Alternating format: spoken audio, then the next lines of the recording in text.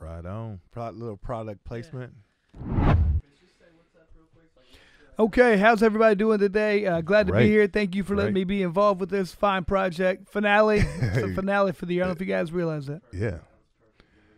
We are live.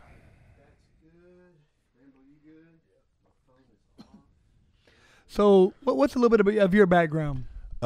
Originally, I'm from L.A. Oh, came out here after. My daughter lives there right now. What part?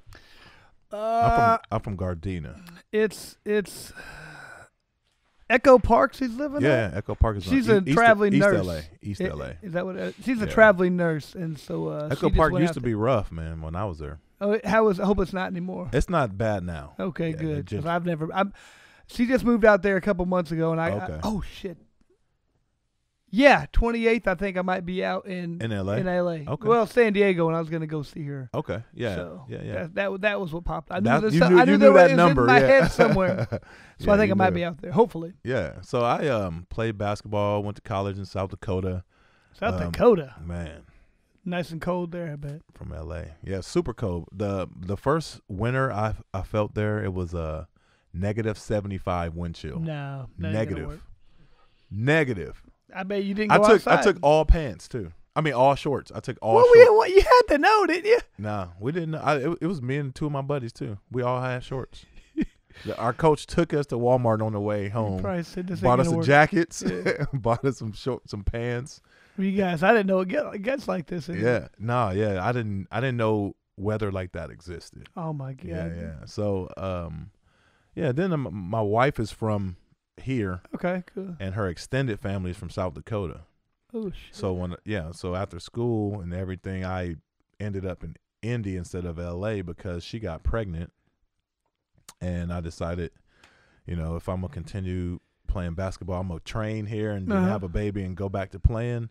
And I said, no, I ain't gonna do it after the baby. And I hate to say it, but you need to have family around when they have kids. It's tough Yeah. not to. You don't have to, but I mean, Yep. it's easier, man. So I can see her wanting to be back. Yeah, that makes sense. Yep. And I have a lot of friends who continued their basketball careers away from their family, and it just wasn't the same for them. Well, myself, I don't know if you want to wait to talk about this on there, but, Yeah. I have 4 kids, and that was Indianapolis isn't the hotbed for MMA. So Right. that's one of the reasons I stay here was I needed, family. I got I hate to say it like this, but luckily my wife's parents got divorced when she was like 5, and mine got divorced when I was 6. So Yeah. I have lots of I got 4 sets of grandparents, so I can Right. watch kids all the Right, time. right, So I'm right, like, I right. find the positives. I got divorced, cool. 4 Christmases and four sets of grandparents to watch kids. So it's helpful to have that many. I mean, I can't imagine. I know people who live someplace. Nobody that I trust to watch my kids. I ain't gonna go down Right. that'd be weird. You can't be be hard. there. Right. You ready, J.O.? Yeah, whatever you guys want to drop in. You're good. Okay, cool. Welcome back to the Follow D Money podcast. I'm here this week on my finale of season 2 with the absolute toughest guest I've had on my podcast since its inception. This gentleman is a seasoned MMA athlete, and I would like to welcome Chris Lights Out Lytle. Got it right, man. Thank you very much. Appreciate you having me out here. This is fantastic. Got a great setup. Thanks, man. I appreciate that. Where did the nickname come from? Well, I'm a firm believer you don't give yourself a nickname. That's not how this goes I agree. down. So it was actually my first pro boxing match, and a lot of people think I did pro boxing before MMA. No, I did MMA first. And so I realized early, back in the beginning of MMA, it was like, who you fighting? This guy, he's a kickboxer. This guy's a wrestler. This guy's a jiu-jitsu guy. And I realized I was really good on the ground, but my stand-up was average at best. Yeah. So I was like, I'm going to start boxing. So I went to a boxing gym, and I was there about a month training. And they were like, a couple of the guys from my gym were like that. And like, man, the boxing coach was like, this guy is not a great boxer, but he's tough as shit. Right. Are you allowed to cuss on here? Yeah, you can Okay. cuss. That's tough as shit. So it's like, okay. Like a $2 steak or something. So I was like, all right, whatever. And then I've been there about a month, and they got a phone call, and they're like, hey, I need a guy to go up to Milwaukee and fight the hometown boy on like a week's notice. So he's Yep. like, you got a guy? And he's like, I got a guy who's tough. I don't know if he can box, but we'll throw him in there. Right. So I came in there to be the guy to get his ass beat. So, and it was a top-ranked boxing event. It was on like ESPN2 Yep. or something. So they brought me up there to fight a guy who's like 2-0 as a pro and had 50 amateur fights. I never had one amateur fight. Right. So I went up there, and the guy said he watched me warm up. He was like, Jesus, Keith, I thought you brought a guy who could fight. And I went in there, and they said I whipped his ass the whole time. You know, it was an Indian on the Indian reservation, so they ended up calling it a draw. Oh, okay. My first pro boxing match was a draw, but then afterwards, the guy was talking to the guy from Top Rank, Yeah. pretty high up. They got named Pete Souza, who's like one of the main matchmakers. He's like, man, it's like you were supposed to get killed. I thought you couldn't fight at all. He said, you beat that guy. And he was like, what's your name? I said, my name's Chris Lightle. And he's like, all right, I'm going to call you Lights Out because James Toney's done with that name. And I was like, oh, okay. And I was a big James Toney fan. He was at a little lull in his career. And then a few years later, he came back and was killed. I was like, I guess he's not done. He went in the MMA, right? Yeah, he had one fight. Yeah, okay. I mean, he got whooped. Didn't he fought Randy, one of the best. He fought Randy Couture, and it was a publicity thing. He made a lot of money. And, But James was one of my favorite fighters, so I liked him as a boxer. I liked it that he gave me that nickname, but it just stuck after that. They just started calling me Lights Out. Well, that's what's up. He said he's gonna knock people out, so I was like, all right, I'll try now. You had a tough persona to me. Like I remember watching you when you come out. You were real basic, kind of like almost like a Mike Tyson kind of energy. I want to have like a workman's attitude. You know, yeah, that's what I'm you a had. blue collar guy, dude. So I come in there, and it wasn't about the frills. I was coming to try and knock you out. Yeah, and it looked no joke. Like a lot of the guys, you go out there when you walk out. You know, everybody has their entourage, and they stop and they hug and they hug and they do all that stuff. I just threw my shirt off immediately. Get me in there. I want to fight this guy. I want to knock this guy's head off. You know, so, it wasn't about I'll hug you before or after the fight. Right. That's over. This is not that time. I want to get in there and take care of business. Yeah, it's like a combat mentality, right? Oh, I mean, I was so mentally ready. I mean, people are like, man, weren't you scared? I was like, man, you just can't wait to get out there. Like, I want to go out there. And you have to be in that mindset. Yep. It's a weird mindset you have to get in there to get in that cage. And when the cage doors close, it's like, I mean, because you're going against one of the baddest guys in the plane. Like, this dude's going to try to kill me. Yep. And so you go, I'm going to try and kill him too because you're not going to embarrass me on TV. Right. I'm not going to be on your highlight video, I promise. Right. That's your goal. Right. I'm not going to be on your highlight clip when every time they show your fight, they show you knocking me out. That ain't going to happen. Right. And that's another thing about you. You never were finished, right? I never got knocked out or submitted. Now, I did get stopped because of a cut. Right. But, I mean, that's not the same. No, I mean, I felt like I got cut by stopped twice by cuts, but I felt like I was going to win both those fights. Damn. So that was really disheartening, but it is what it is, man. Nothing you can do about that. I mean, that's a tough sport. You don't have many undefeated guys. You really don't. No. What is your background? Can you tell us about how you came up? I was a wrestler in high school. Went to Southport High School, south side of Indianapolis here, and as a part of, I was pretty lucky because my coach said, my parents were divorced when I was little, so didn't really grow up. I went and saw my father on the weekends and whatnot, but I didn't really live with them. Yep.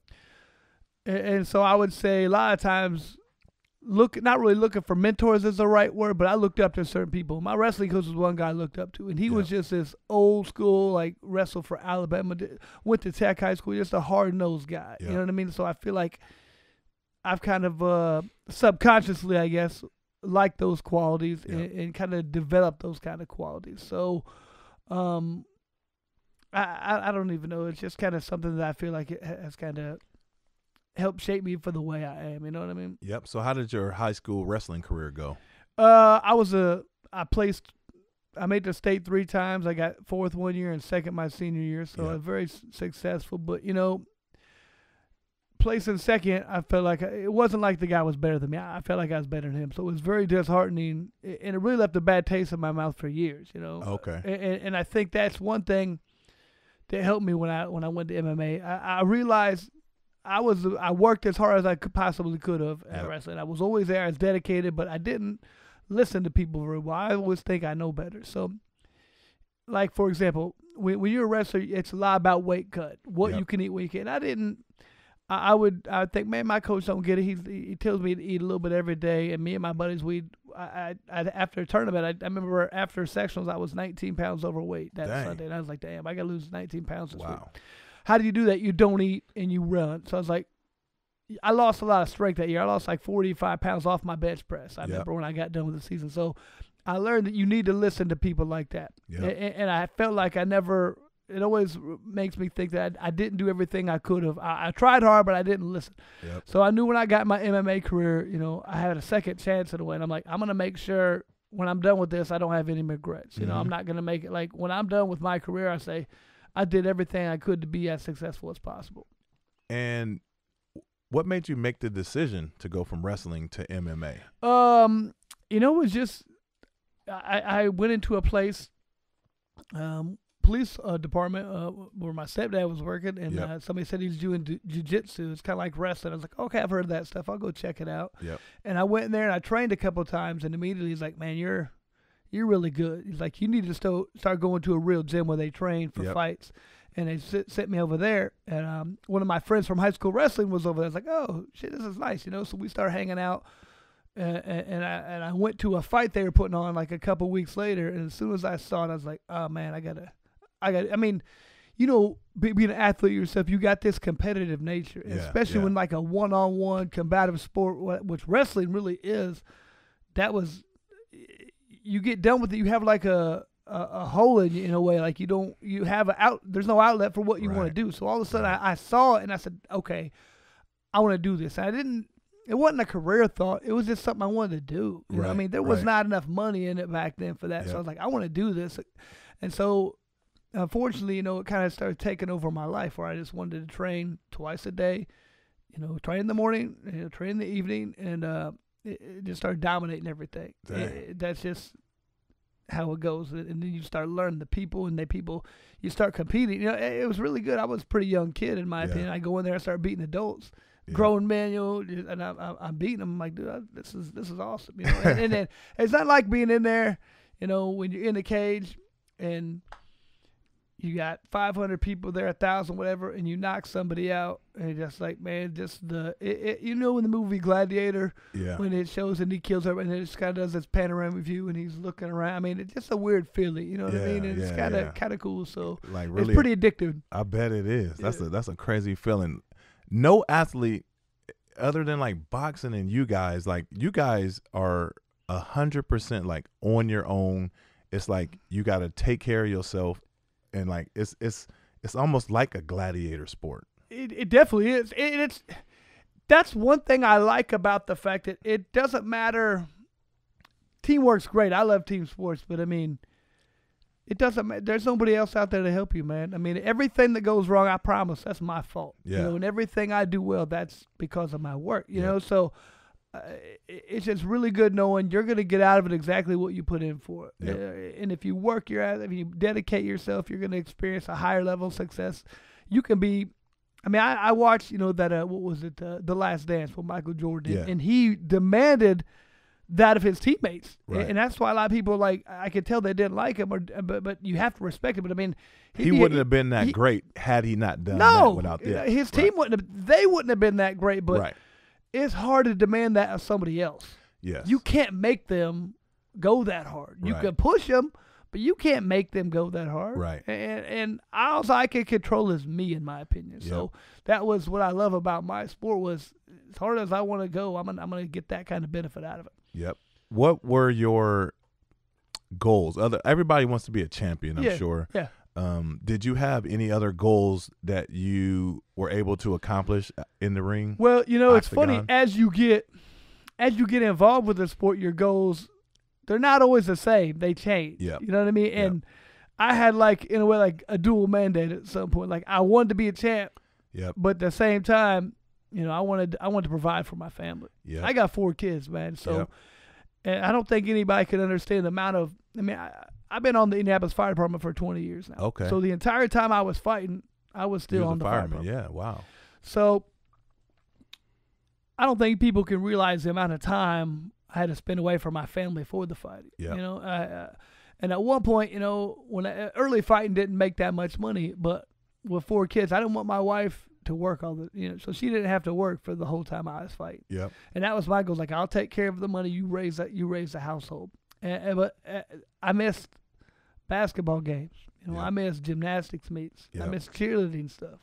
because I had a fight coming up. You're not going to embarrass me on TV because I'm watching my kids do it. I was going to be there every day. I was dedicated, man, really dedicated. Yep. And that's a fine line you have to walk, being too much at the gym or too much at the home. You got to find that fine line, which I did a poor job of, I think. I was too much at the gym because But it translated, though, for you. It definitely did. But, I mean, there's a price to pay. But, I mean, so, and I remember I wasn't making that much money. UFC didn't pay that much early. Right. And I remember I got a chance to be on the Ultimate Fighter 4. The winner got a title fight, $100,000 prize and like $100,000 sponsorship. So okay, now it's getting real. You know what I mean? I'm like, this is gonna change things. My kids, they're not gonna have to struggle for if I want to go to this event. Can I afford the new outfits for the cheerleading? Whatever, Yep. My son can go to the basketball camp. So that was a big deal for me. And I remember I went on that show and I was super dedicated. Yes, a lot of guys were drinking. I was like, I ain't drinking. I'm trying to keep a low So I do all that. And when I end up in the finale or whatever, I lost a split decision. Dang. And that was devastating because the winner got a couple $100,000. Matt Serra, right? Yeah. Yep. Good buddy of mine. Yep. Loser gets pretty much nothing. I mean, you got what you already got on the show, like 10 grand. I was like, it just devastated me, man. So I was like, damn, and I was going to get my title fight, which he won the title fight because of that fight. He got the title. Yeah. So I was pretty devastated at that point, and I was like, man, I realized why I was so upset wasn't even that I didn't get my title fight, because I'd been close to getting to it a couple times. I hadn't got there, but I was like, man, I felt like a failure that I let my family down. I was like, man, all that stuff, it was making sense. I've done all these things for you guys so you can have better things, and now I didn't get it. So, it took me probably a couple months to just beating myself or being upset, waking up at 3 a.m, couldn't go back to bed. So then I remember at one point I was like, you know what, Chris, they're giving away bonuses now. You owe your kids $200,000. I don't care if you got to fight till you're 100, you're gonna get them that money. Right. So like, all right. So then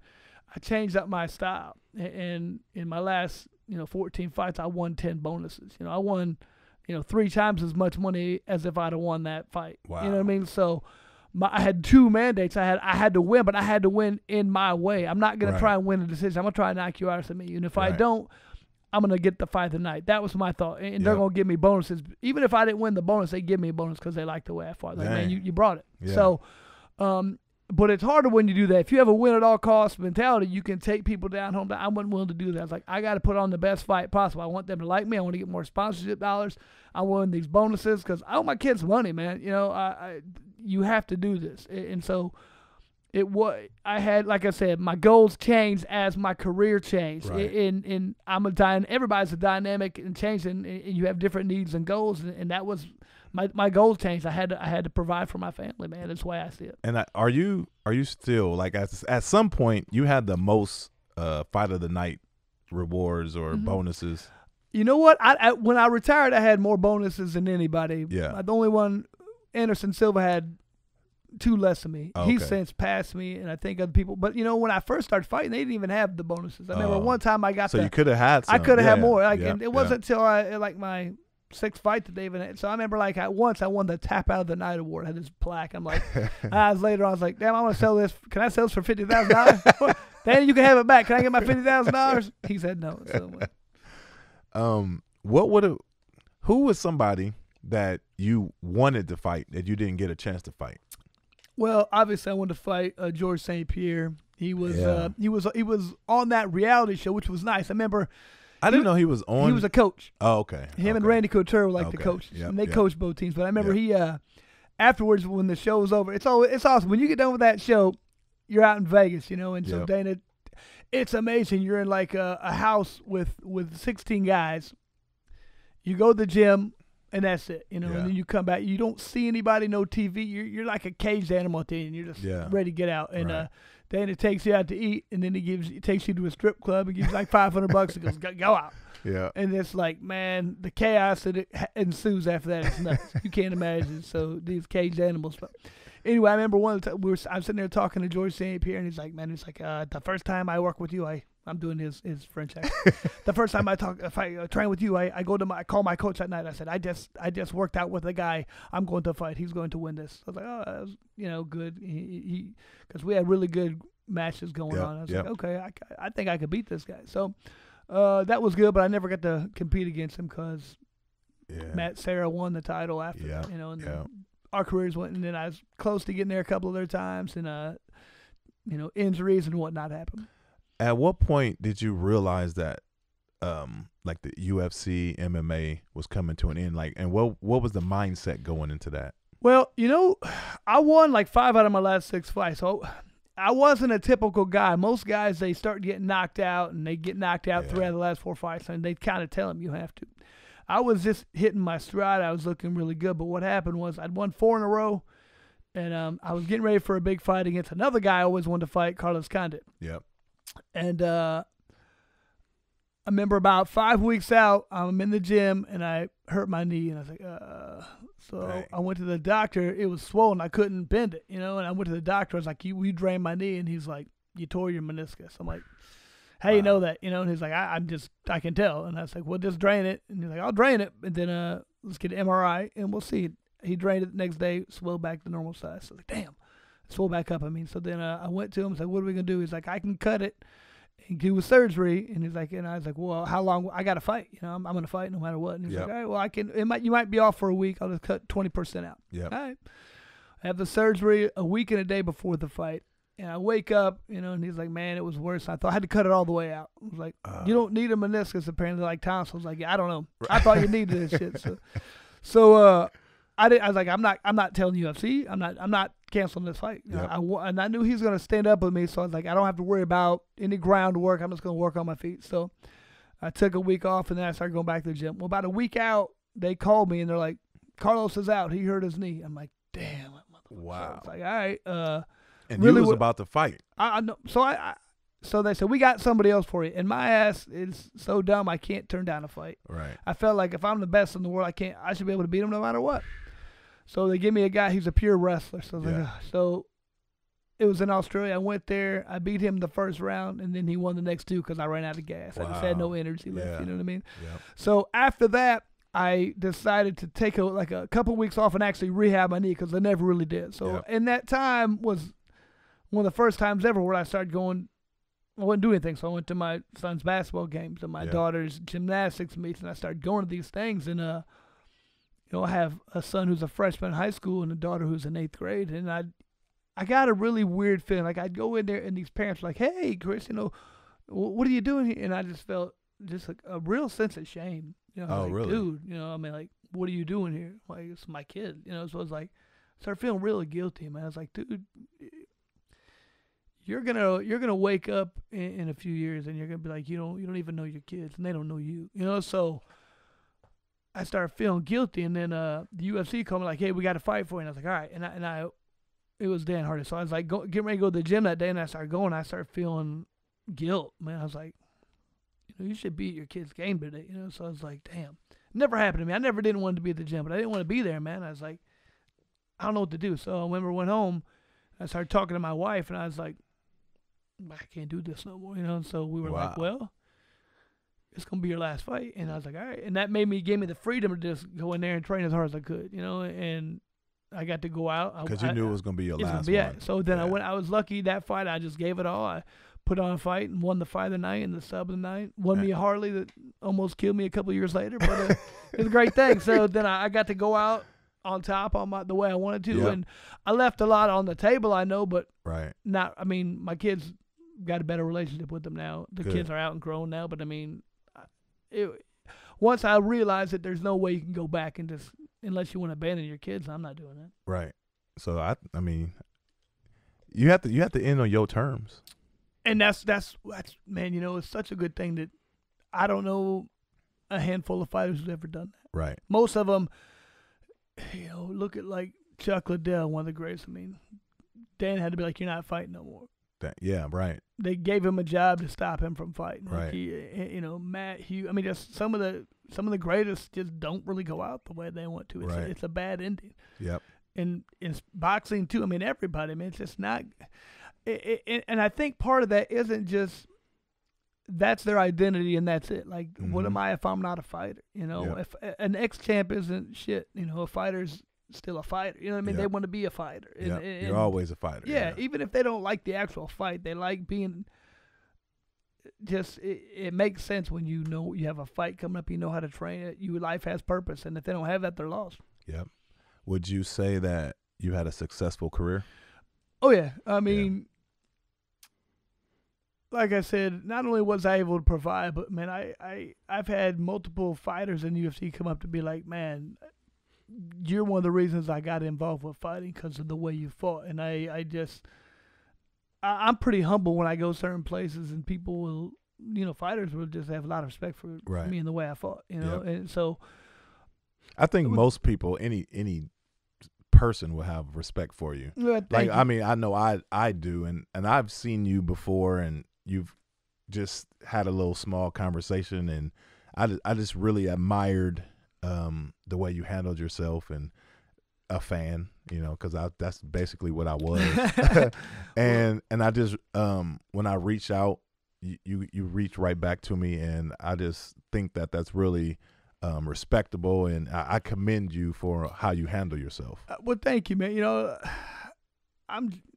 I was very fortunate in many ways. I got involved with the sport when it was new, and so there wasn't a lot of fanfare and money involved with it. And I was there as it grew into something important. The kids in now a lot more arrogant than the people were early because humble beginning. I don't know what you say, but it's like we saw it before it was this big deal. We understand what it really is, and not this illusion a lot of people think. So that and the fact, being older, when like I was probably 30 by the time it blew up. Okay. And so like when you're a little older, it's a different mindset. Yep. You know what I mean? Yep. So I'm already established who I am. You ain't going to change me because you throw a little money in my face. Yep. So I kind of, that always helped me. And then, being on the fire department, I mean, it's hard to think you're this badass when you win a fight of the night, you win like a $70,000 bonus, and you walk in the firehouse and everybody's like, "Oh, good fight, Chris.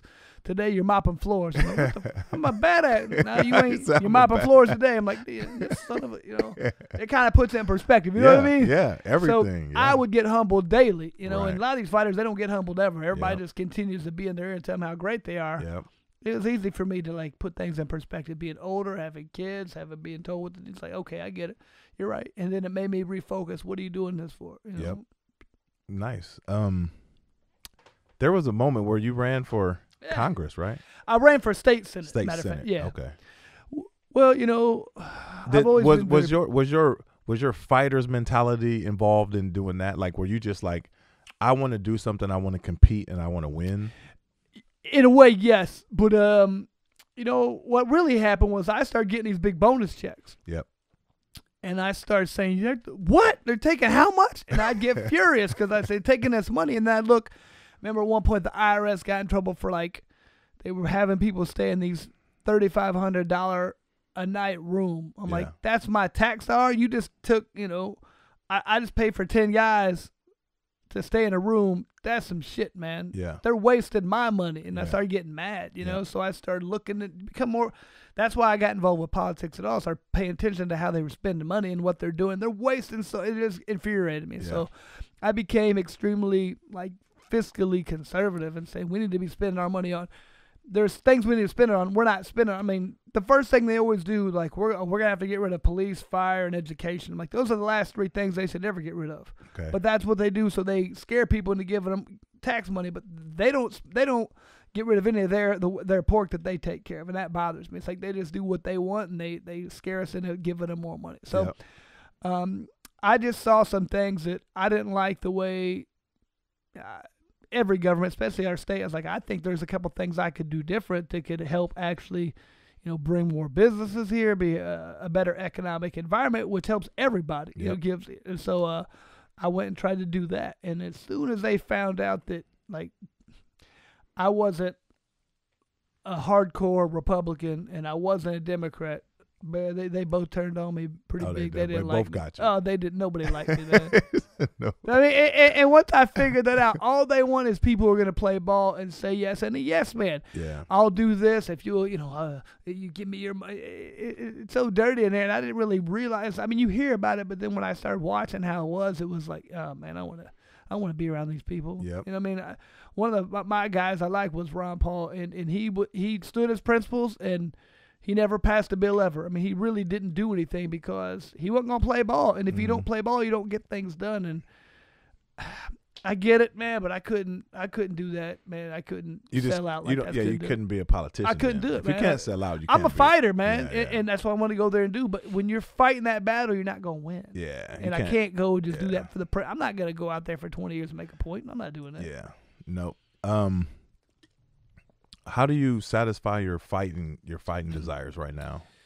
Well, I got a couple of things I do. I still go to the gym and train a lot. Yep. I was there, this weekend. I taught some police officers, safety and how to defend themselves, get their gun, safety. But I still got guys I help train. I do commentary for the Bare Knuckle, BKFC, which is an awesome organization. If you ever watched any of those. I've never seen it. I'll show you some. So I actually had 3 Bare Knuckle fights. I came out of retirement and did 3 fights. Wow. Because something's wrong with me and I can't stop. Something is. But I had bare knuckle. Oh, dude, it's badass. But so now I'm one of the head commentators. Okay. So we just had a fight down in Miami. We got one. I don't know if you remember a girl named Paige Van Zandt. I remember Paige Van Zandt. Yeah, she's headlining in a week. She's fighting bare knuckle. Yeah, headlining in a week and a half down in Tampa. So I'll be heading down there in about a week. Wow. Yeah. Dang. So I mean, man, that stuff is it's all action. 2-minute rounds. What network is it on? It's not really on a network. We got like an app, and you can. It makes me mad because it's only like $5 a month, and you get everything for that. So it's like for half the price of this last UFC, you get 10 different, 12 different cards, man, and all the background. But I mean, man, it's really entertaining though, man. It's fast and good. So I love doing the commentary. Well, I'm one of the few guys I've had boxing. I've had 15 pro boxing. I've had like 70 MMA. Wow. And I've had 3 bare knuckles. So I'm the. So who talked you into doing bare knuckle? Here's the embarrassing thing, man. So I've been retired for about 5 years, and I remember I'm at the gym and somebody showed me this thing on Facebook. It was like Joe Riggs fights bare knuckle. I'm like, God, Joe, what the hell's wrong? I'm friends with Joe. I'm like, what the hell's wrong with you? So I hit play and I watched it, and I thought it was going to be in a warehouse, like bales of hay. This is nuts. So it's over in Europe because it wasn't allowed here. Okay. And I watched Joe, and about halfway through the second round, I said, How do you think I can get a hold of these guys? And my buddy's like, what the hell's wrong with you, dude? I was like, man, I mean, it's not like you thought. Like, this is a legitimate boxing match. And so I got off and the internet, and I got a hold of the guys from England. They're like, hell yeah, we'll have you come fight. And so I had to go over to England. That's the only place it was legal. And they had me do one. And then I was like, I love it. And then I got a phone call from somebody here in the States. And like, hey, man, we're getting it legal in Wyoming. We want you on the card. And I wanted to do it so bad, but it was the same day as my daughter's wedding. And I tried to talk to them. I was like, what do you think? They weren't having it. They wanted me at the wedding. That wouldn't have worked out. I said, can we move the date? You still threw it. Yeah. You still threw it out there. I tried to make it like it was a joke. I'm just kidding. I don't want to do that shit. And so you changed the date. Move it 2 days. 2 days. Can we do it on Sunday? Okay.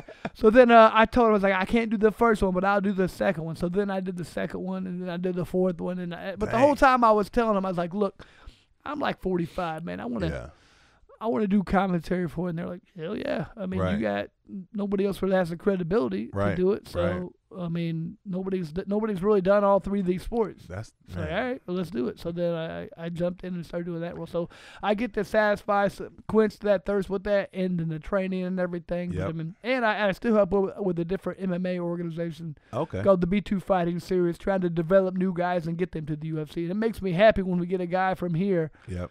Move them to the big level because it's hard here. Yeah. If you want to be in the UFC, most guys, if they have ability, they move down to American Top Team in Florida. They move out to California. They move to, one of the great big gyms.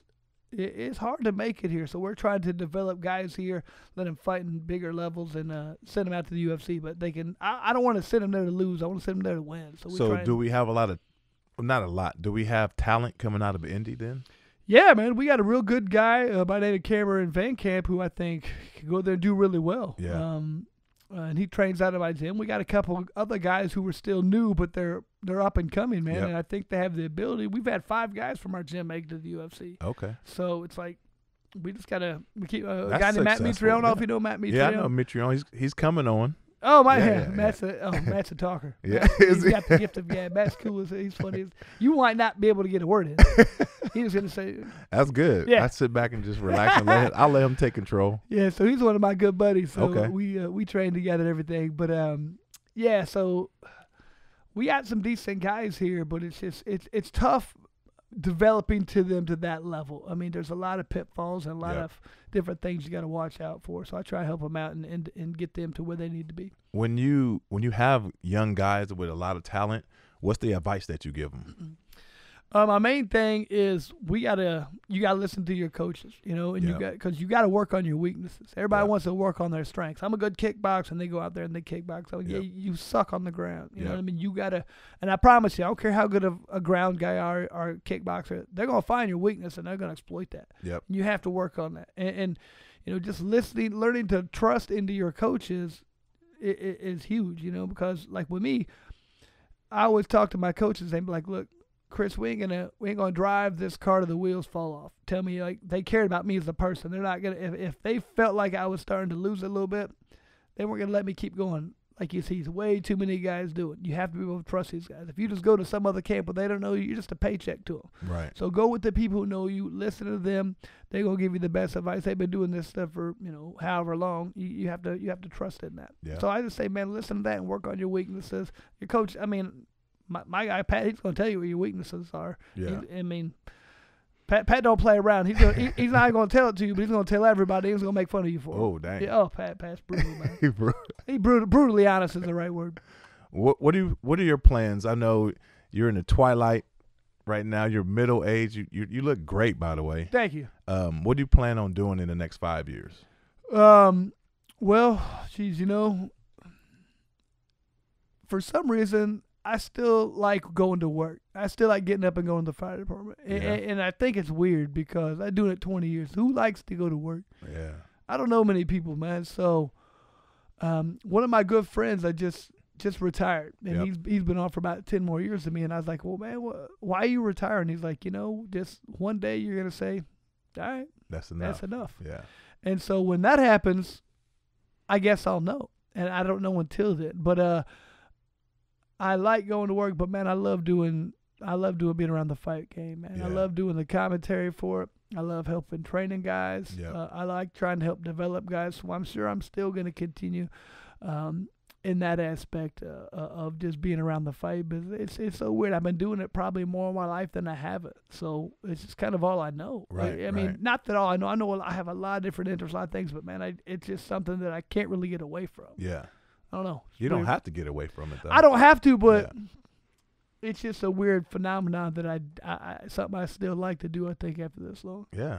Well, I don't have much, but being that this is my season finale of the podcast, this is season 2, the finale, and I thought that you would knock out a bunch of No pun intended, right? no pun intended.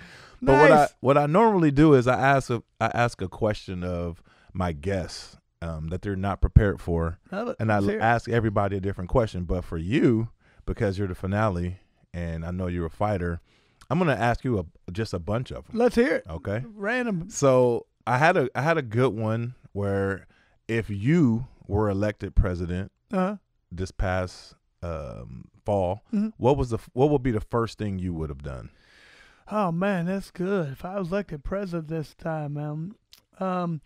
To be honest with you, I have a huge problem right now with the gun violence that's going on here, man. I mean, you hearing just as much as I am how many people are being killed. It's gotten out of control, man. I mean, it's random. I mean, random people getting shot. I mean, I don't understand it. And so the first thing I would say, okay, I'm gonna give you everybody 2 weeks, and after that, we're cracking down right now. So if you're carrying a gun and you're using that in the crime, I'm adding 10 years to everybody's sentence. If you're carrying a gun and you're a felon, you don't have a gun permit or anything, I'm adding 5. You're getting 5 years right there. You're not going to use a gun where I live and get away with it. That's ending right now. I'm going to give you 2 weeks, and after that, I don't care who you are. I don't care who your dad is. You're going down for carrying a gun. And I remember somebody's told me, penalties don't stop crimes. Yes, they damn well do, man. I remember that Sheriff Joe out in Arizona. People were scared to death to get the DUI because they were wearing these pink jumpsuits and making them sleep in tents in the desert. Like, nobody was getting DUIs because he scared it out of them. And that was just that. If you're going to do 10 years for using a gun in a crime, this stuff's going to stop, man. I'm just tired. And you're going to search random people? Yeah, I don't care, man. I would stop people from, I don't want this. I don't like the direction we're going in, man. People are just getting shot all the time for no reason. Hell, Chicago, was it 4th of July, like 100 people got shot. A bunch of people, yeah. Oh, this is ridiculous. There's no point in this. Why are we doing this, man? It's like we're trying to let things go nuts. I don't like it. And, I mean, at some point you got to crack down and say, it's going to hurt some people, but I don't care. I mean, we're going to stop this from going on.